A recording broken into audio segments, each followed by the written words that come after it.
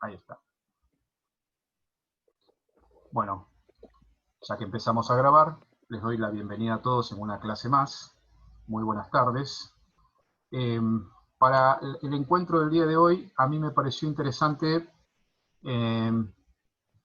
Nosotros sabemos que estamos en un paradigma de pensamiento. Algunas tesis dentro del paradigma que nosotros intentamos rescatar, recuperar, que es la filosofía clásica, y entendemos clásica como esa filosofía del realismo aristotélico tomista, porque me parece que el pensamiento, este paradigma o este modo de pensar realista, es una respuesta, es un intento de respuesta al mundo en el que nosotros vivimos, al mundo contemporáneo en el que nosotros vivimos. Con lo cual, frente a una visión ilustrada de la cuestión, frente a una visión cientificista y frente a una posmodernidad que nos muestra intentos o secretos para pensar desde otro lugar, nosotros consideramos, nosotros lo digo porque yo lo hago así y muchos de mis maestros también lo hacen así, me lo enseñaron así, podemos dialogar, pero no solamente dialogar, sino también justificar que el cristianismo es filosofía, ¿sí? Que dentro del ámbito del cristianismo es posible una filosofía y que el medioevo o la filosofía medieval no es una etapa oscura del pensamiento, sino que al contrario, es una etapa muy rica de más de 1000 años de historia, en donde hemos podido rastrear algunas constantes filosóficas capaces de dar respuesta al mundo en el que nosotros vivimos. Sin embargo, a mediados del siglo XIX y a principios del siglo XX, se generó un debate muy interesante con respecto a la justificación de la filosofía medieval como filosofía, ¿sí? O si el cristianismo es filosofía, o si podríamos llamar a la filosofía medieval estrictamente filosofía, como disciplina o como saber. Y esto generó un debate muy intenso, ¿sí? A partir de una obra de un historiador de la filosofía, Émile Breillet, que en 1930 en Francia se genera un debate intenso, pero que es un debate que, si bien es cierto, se dio en este periodo de la historia, tranquilamente podría darse un debate también en el tiempo en el que nosotros vivimos y también en el tiempo en donde se generó este debate. Breillet postula una justificación histórica y postula la idea de que el cristianismo es incompatible con el término filosofía. Voy a citar la obra de lo que dice Breillet. Yo tengo los 3 tomos de la publicación de la historia de la filosofía de Breillet, pero además hubo una publicación a partir de unas jornadas donde él expone puntualmente este tema. Y en esa justificación histórica, en ese tomo primero que tengo acá en casa, pude rastrear un poquito los textos de Breillet para poder justificar, digamos, o para poder entender un poco qué es lo que él plantea. Cito, ¿no?, a Breillet. Dice: el cristianismo como religión en oposición a la filosofía, dice Breillet, no se opone a la filosofía griega como una doctrina a otra doctrina.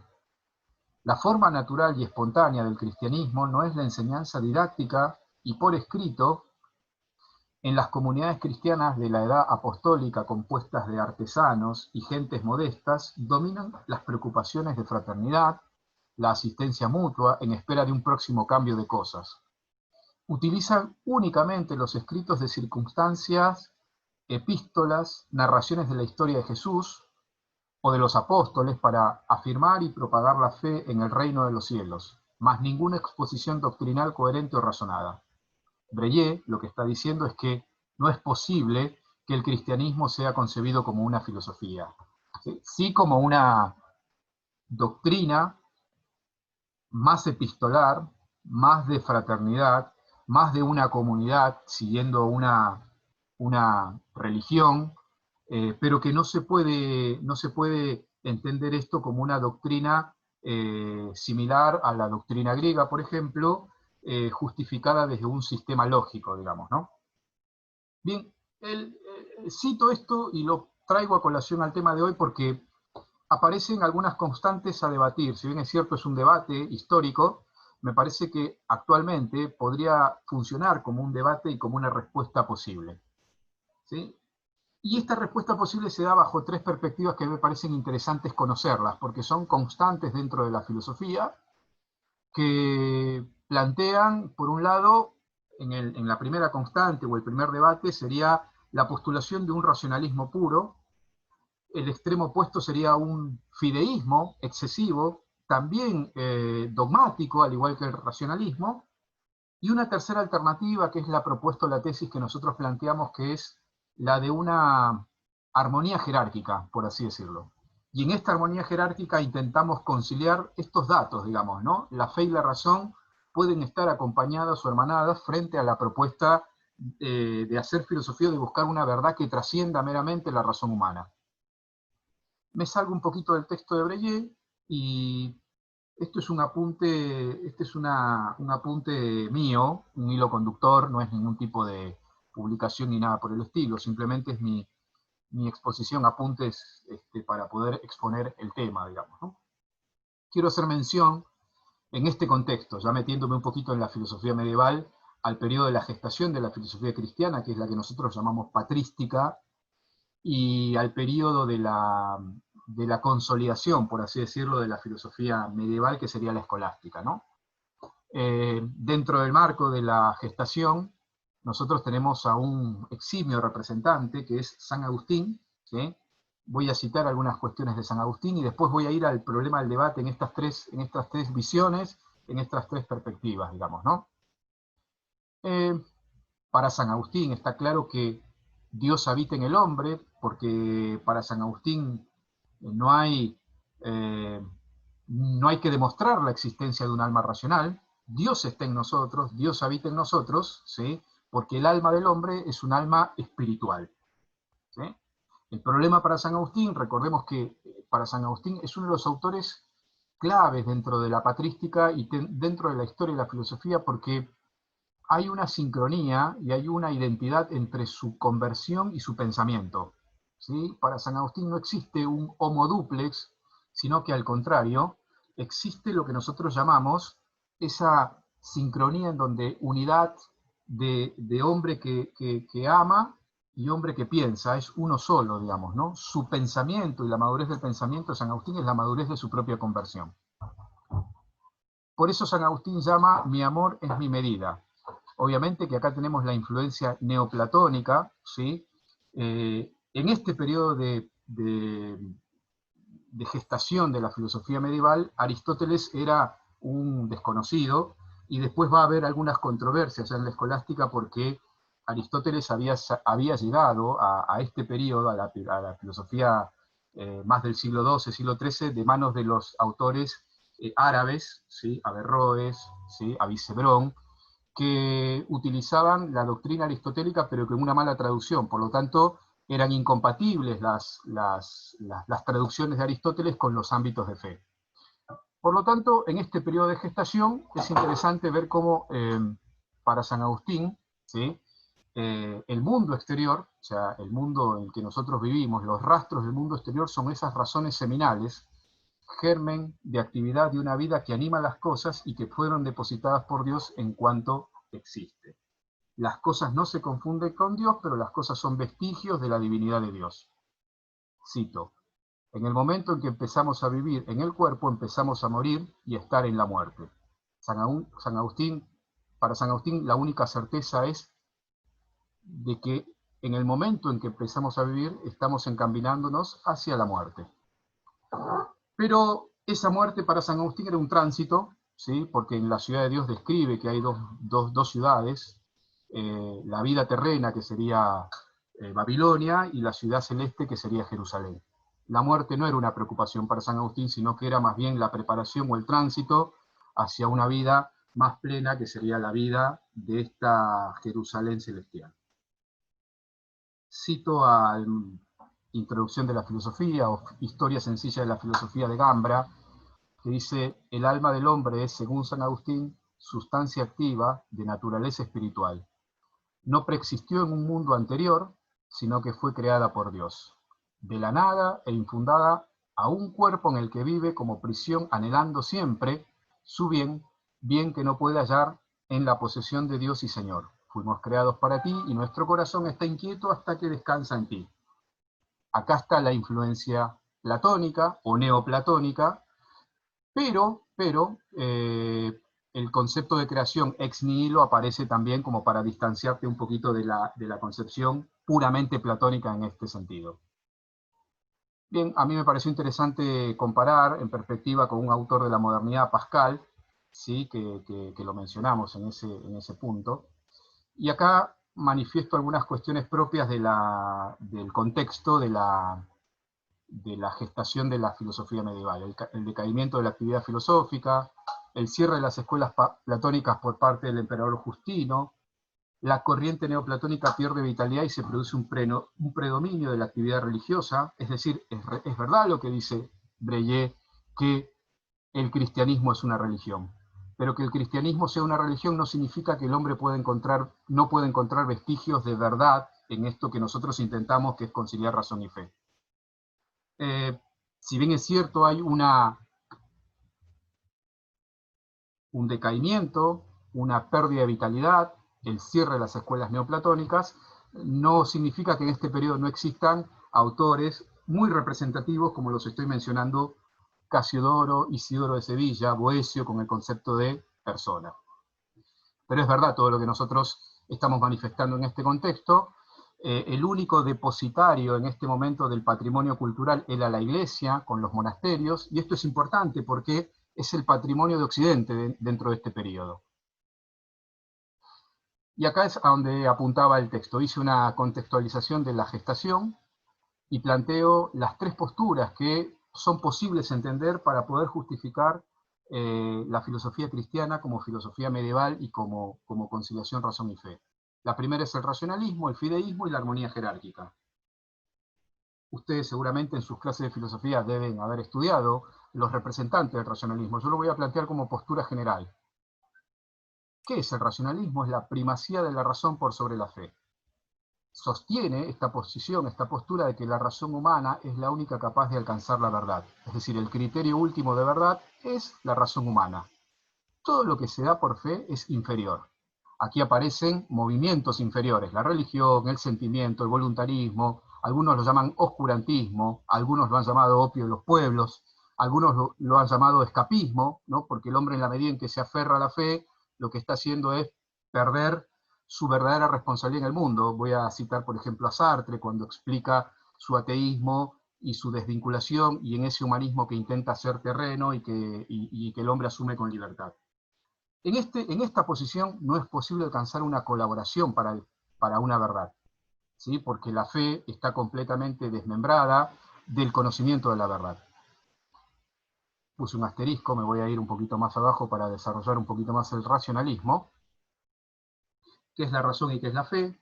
La razón es la evidencia que es alcanzada, en la facultad humana de la razón, el hombre ve la evidencia y alcanza certeza, pero la certeza está dada por la evidencia. Corroboramos, por lo tanto, sabemos porque alcanzamos la evidencia. Y acá aparece una posible respuesta frente a esta posición bastante fuerte dogmática, digamos, ¿no? La fe no significa que no exista certeza.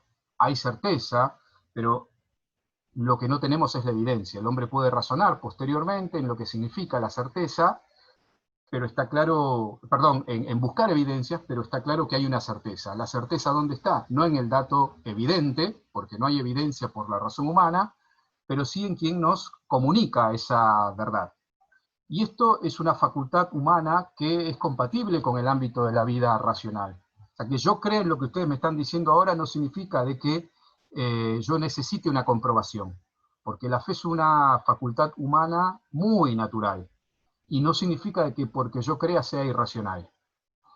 El problema es cuando yo creo cuestiones que están vinculadas a una fragmentación entre la colaboración de la razón y lo que yo puedo creer. En algún momento nosotros necesitamos tener ciertas evidencias para poder dar sustento a nuestra fe.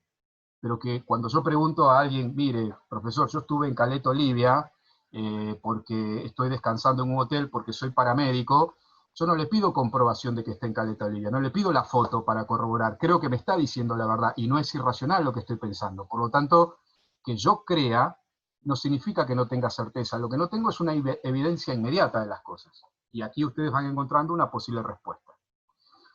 En el ámbito del cristianismo, nosotros tenemos que distinguir dos tipos de verdades, lo que llamamos en teología preámbula fidei, que son los preámbulos de fe, y lo que llamamos también en el desarrollo de la teología sobrenatural, artículos fidei. Los preámbulos de fe son las verdades que se pueden demostrar por la razón, que son verdades que promulga el cristianismo, pero que son alcanzables por la razón humana, y que los filósofos de este periodo lo han podido hacer. La existencia de Dios, el orden natural del mundo, creo y además puedo saberlas. Los artículos de fe son las verdades sobrenaturales de la fe a las cuales no vamos a alcanzar por la razón humana. Por ejemplo, la virginidad de María, la Eucaristía, ¿sí? Eso es una verdad sobrenatural. ¿Qué dice Breillet con respecto a esta posición, ¿no? A este intento de fragmentación? Breillet es tajante en esto, dice, el cristianismo no aportó nada a la filosofía, ¿sí? Por lo tanto es incompatible el término filosofía cristiana. O es filosofía o es cristianismo. Y si es cristianismo es religión pero no filosofía.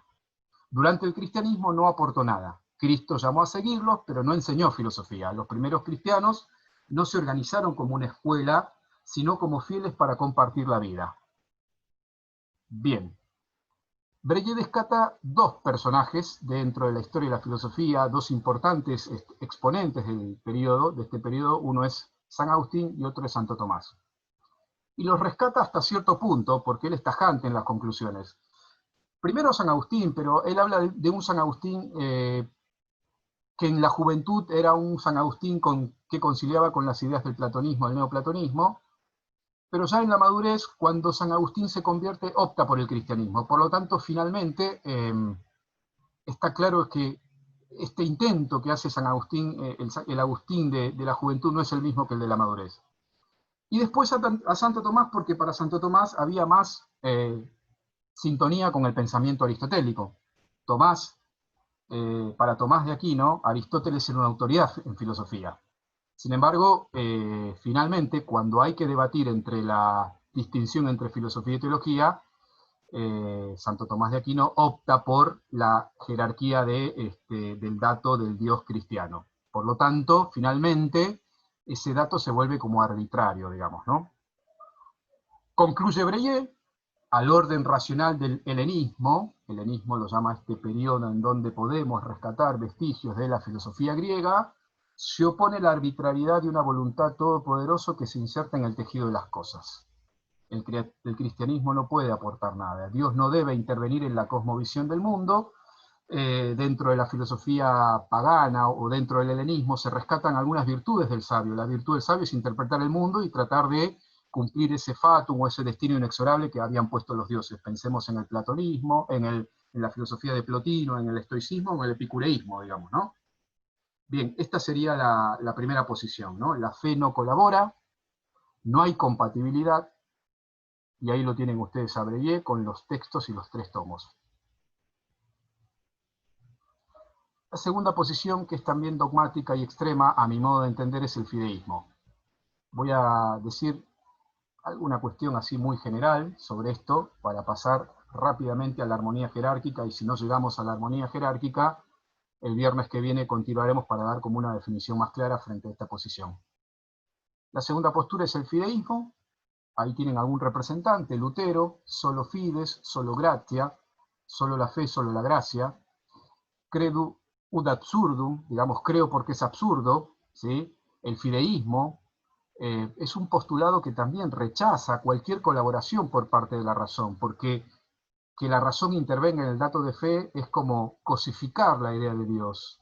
Meterlo a Dios en cuestiones de orden natural es incompatible con la idea de Dios. Dios es absolutamente otro. Por lo tanto, no hay ninguna colaboración en el orden racional que contribuya a poder responder las cuestiones que son de orden de fe. Está representado por muchos autores de la filosofía y también por muchos sacerdotes. La fe no interviene en los razonamientos filosóficos, ¿sí? ¿Podría ser matemática? Sí, perfecto, el matemático puede hacer matemática, pero la matemática que hace el matemático no es una matemática cristiana. Los lazos están rotos también. Y esto viene a colación de una consideración metafísica y antropológica también.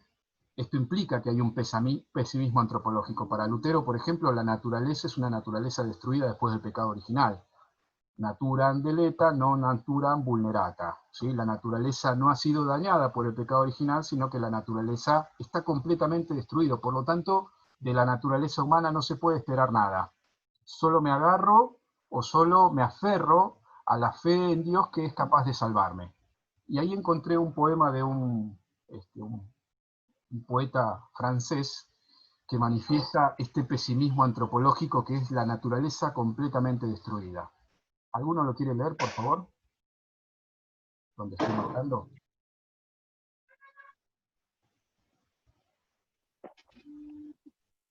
Hola. Sí, se escucha, Alejandro.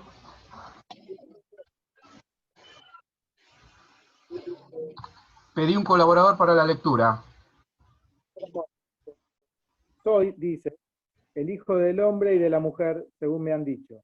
Esto me sorprende. Creía ser algo más. Pero lo demás, ¿qué me importa de dónde procedo? Si hubiese dependido de mi voluntad, yo hubiese preferido ser de la hembra del tiburón, cuyo hombre es amiga de las tempestades. Cuyo hambre Cuya hambre, sí. de la de reconocida crueldad. Así no sería tan malo. Lautera Montt. Bien, este es un poeta francés que manifiesta esta naturaleza destruida, no vulnerada.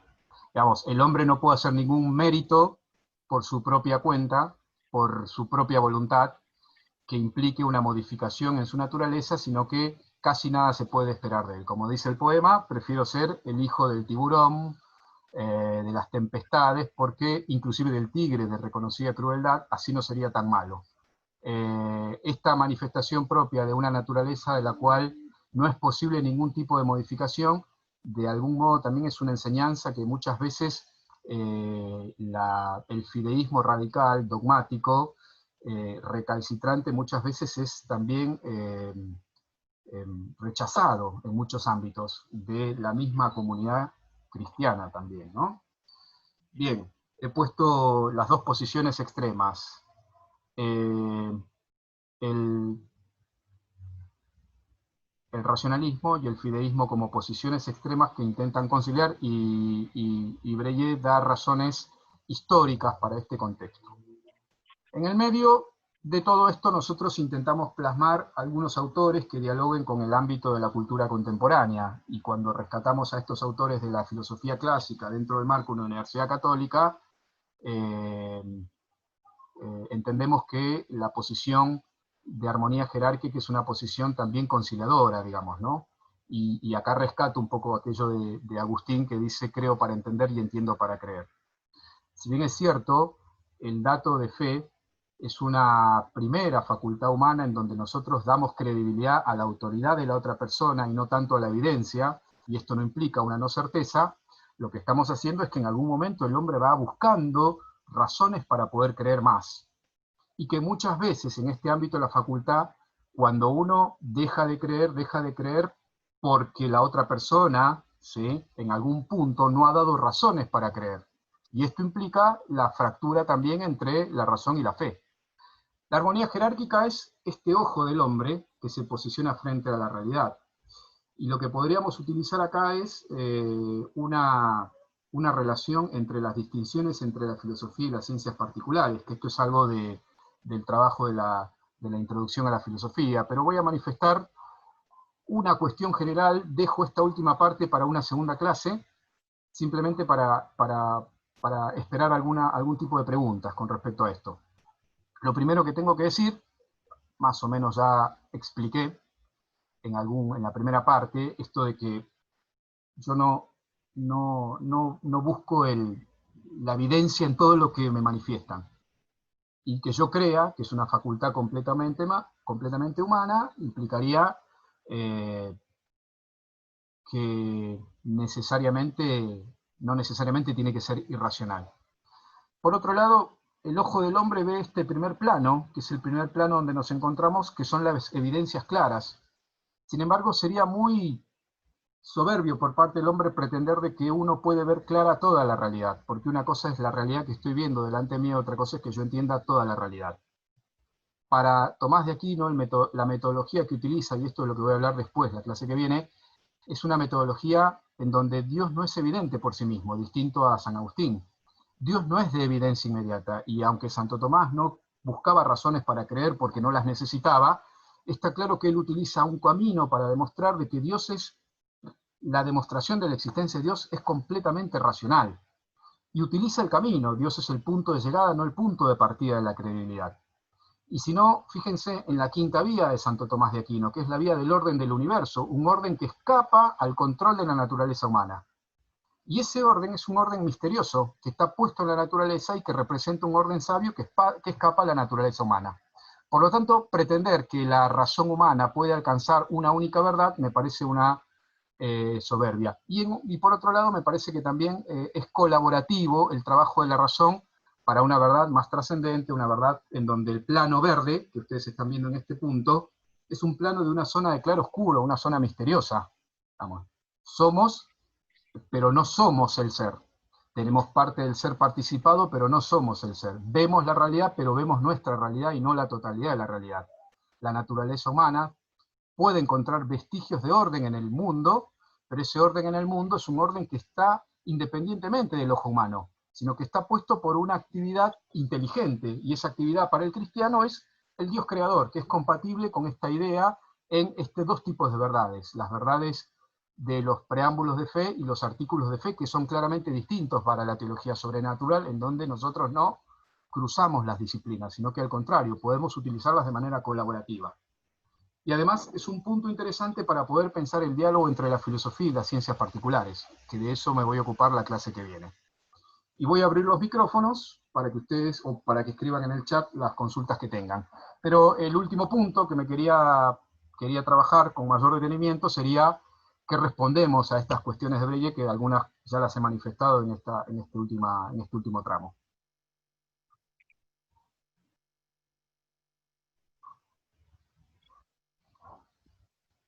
Ahí está la compañera que vino de Campana, así que le damos la bienvenida. Buenas tardes, muchas gracias. Y abrimos el espacio para poder hacer algunas consultas, ¿no? O escriban en el chat. Profesor, lo que yo veo por ahí, por lo que usted estuvo hablando ahí, esa parte de la armonía de la realidad, también la propia naturaleza de la humana, porque la razón humana es limitada, entonces nunca va a poder llegar a captar la totalidad de la verdad, porque la verdad es infinita.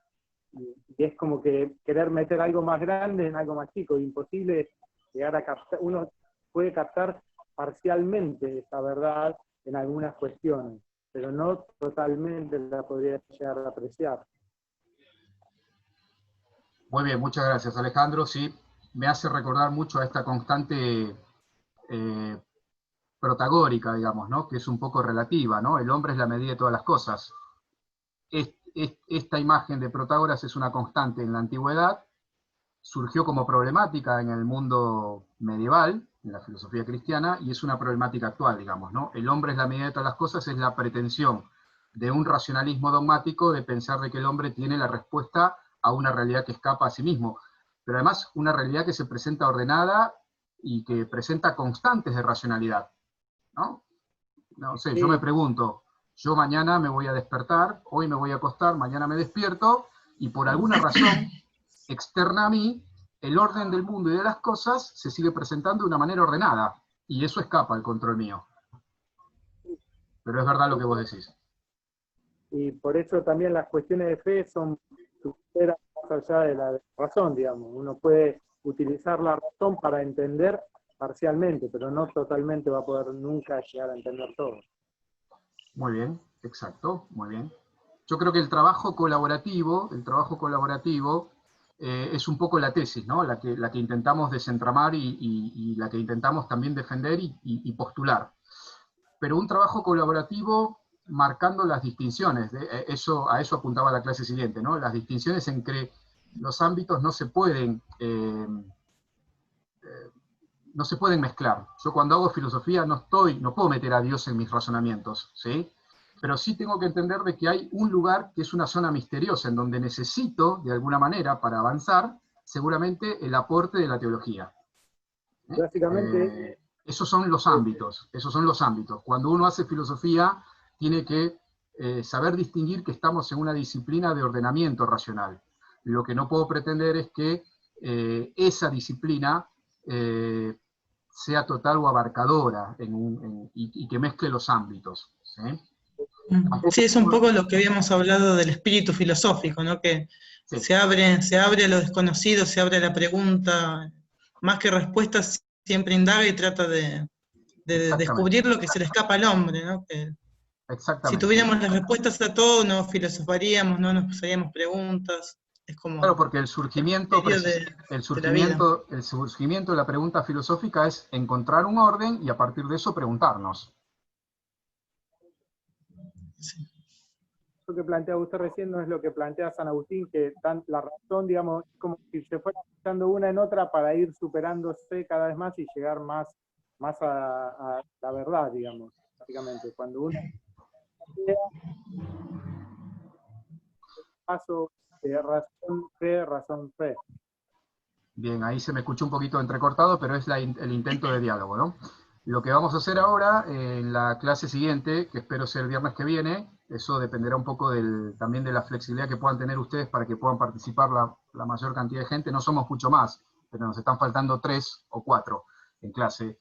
Sería dar una respuesta a este debate de mediados del siglo XX, una respuesta concreta a Breillet en este intento de justificar esta radicalidad para separar. Y la respuesta está dada en la armonía jerárquica, ¿no?